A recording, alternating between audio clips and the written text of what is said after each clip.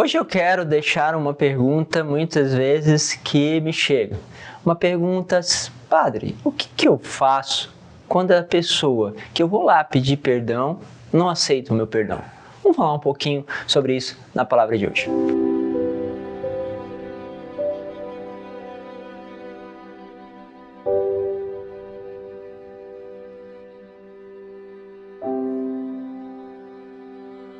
Em nome do Pai, do Filho e do Espírito Santo. Amém. Olha, essa palavra de hoje também quer dar mais um passo naquele ensinamento, naquele itinerário de Deus que nos chama cada vez mais a uma radicalidade, uma resposta a Ele.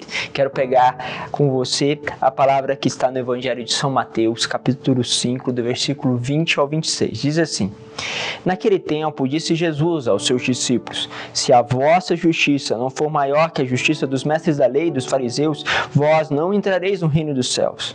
Vós ouvistes o que foi dito aos antigos: Não matarás. Quem matar será condenado pelo tribunal. Eu, porém, vos digo: todo aquele que se encolerizar contra o seu irmão será réu em juízo. Quem disser ao seu irmão patife será condenado pelo tribunal. Quem chamar o seu irmão de tolo será condenado no fogo do inferno. Portanto, quando tu estiveres levando a tua oferta para o altar e ali te lembrares que teu irmão tem alguma coisa contra ti, deixa a tua oferta ali diante do altar e vai primeiro reconciliar-te com o teu irmão. Só então vai apresentar a tua oferta. Procura reconciliar-te com o teu adversário enquanto caminha contigo para o tribunal, senão o adversário te entregará ao juiz. O juiz te entregará ao oficial de justiça e tu serás jogado na prisão. Em verdade eu te digo, dali não sairás enquanto não pagares o último centavo. Palavra da salvação. É muito forte essas expressões, porque é o seguinte: quando nós vamos fazer a nossa oferta a Deus, nós temos que ter consciência que o murmúrio, a reclamação, aquilo que sobe ao Senhor contra nós também chega. Ou seja, o Senhor, Ele ouve este clamor.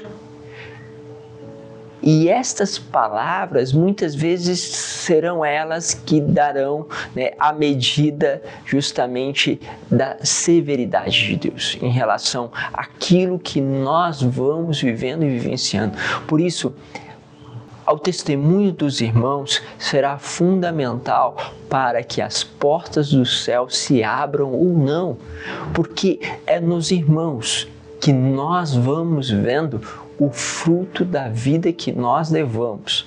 Ou seja, nós falamos e expressamos o quanto amamos a Deus a partir de como nós vivenciamos isso com os nossos irmãos. Como diz a própria palavra, você não pode amar a Deus que você não vê se você não ama justamente aquele teu irmão que você vê. Você precisa fazer esse passo. Então acontece isso. Muitas vezes alguém vem me procurar e dizer o seguinte: Padre, olha, eu percebi aquela situação com meu irmão, percebi que eu tinha feito algo errado, que eu fui incorreto com aquela pessoa, até mesmo injusto, mas eu fui até ela e ela não me perdoa por aquilo que eu fiz. Ela disse que não irá perdoar, que nunca irá me perdoar. E aí nós temos uma situação difícil. Por quê? Porque a pessoa percebe que o outro está chateado, percebe que fez algo errado, tem o seu arrependimento, mas o outro não aceita aquele arrependimento, não aceita, vamos dizer assim, passar uma borracha naquilo que você fez. Bom, então temos algumas coisas para olhar. Primeiro, o teu arrependimento, isso é fundamental. Então, confesse e sim, como diz a própria palavra de hoje, antes de ofertar, colocar a tua oferta sobre o altar, vai lá e reconcilia com o teu irmão. Se chegou no teu irmão, ele não quer a reconciliação, então nós precisamos ter, primeiro, uma paciência, uma espera. Isso, de certa forma, será para você um purgatório. Pense que você está colhendo o efeito justamente do mal que você fez. essa falta de fluidez, ou seja, não flui nosso relacionamento com aquela pessoa, as coisas estão paradas, há uma barreira, um obstáculo, então você vai colher justamente isso. Você, de certa forma, podia pagar isso lá no purgatório, mas você vai fazer um purgatório aqui. Bom, confessou, tenha paciência, uma espera, porque esperar significa ter fé que Deus, de alguma forma, à medida que aquela pessoa permite, vai tocar aquela alma, quanto a você permanece no amor, na escolha de amor por aquela pessoa. Bom, outro ponto, além de ter procurado o confessionário, é preciso também fazer práticas de indulgência, práticas de amor, e aí tem todo um material que fala sobre as indulgências e também fala o que nós podemos fazer para receber as indulgências. No confessionário, nós recebemos o perdão dos pecados. A indulgência, ela vai recair para absolver, vamos dizer assim, para nos dar ali fazer uma reparação diante das consequências do pecado. Ou seja, alguém vai lá e rouba uma pessoa, aquela pessoa perdoa. Só que há uma consequência, aquela pessoa ficou sem dinheiro, com aquela falta de dinheiro, teve uma consequência sobre a família, teve uma consequência sobre a empresa dela, e aquela consequência da empresa dela pode ter afetado em funcionário, e assim por diante. Ou seja, há uma consequência. A pessoa até te perdoou, mas uma consequência que às vezes não tem como você até mesmo reparar. Então, supondo um absurdo, né, que alguém vai lá e tire a vida de uma pessoa. A mãe daquela pessoa te perdoa, mas o filho dela não vai voltar. A consequência, ela é muito grande, não tem o que fazer para tirar essa consequência. O que acontece? Então, ali nas indulgências, nós vamos justamente pedir ao Senhor para que possa justamente aceitar este pedido de reparação em relação, né, justamente àquilo que é as consequências desse pecado. Então, há uma consequência na vida daquela pessoa que justamente não aceita perdoar você. E é por causa, geralmente, dessas consequências que a pessoa quer manter afastada. Então, o que faz você? Você procura, então, pedir a Deus, através de adquirindo as indulgências, para que possa justamente perdoar, receber o perdão de Deus. E aí, fazendo esses passos, esperamos que haja um processo de uma graça divina sobre aquela vida. Mas pode ser que não aconteça, porque também depende do outro. Mas, pela tua parte, você faça tudo o que é possível. Confissão, espera, paciência, passar com tranquilidade pelo purgatório que vai haver dessa dificuldade e procure as indulgências.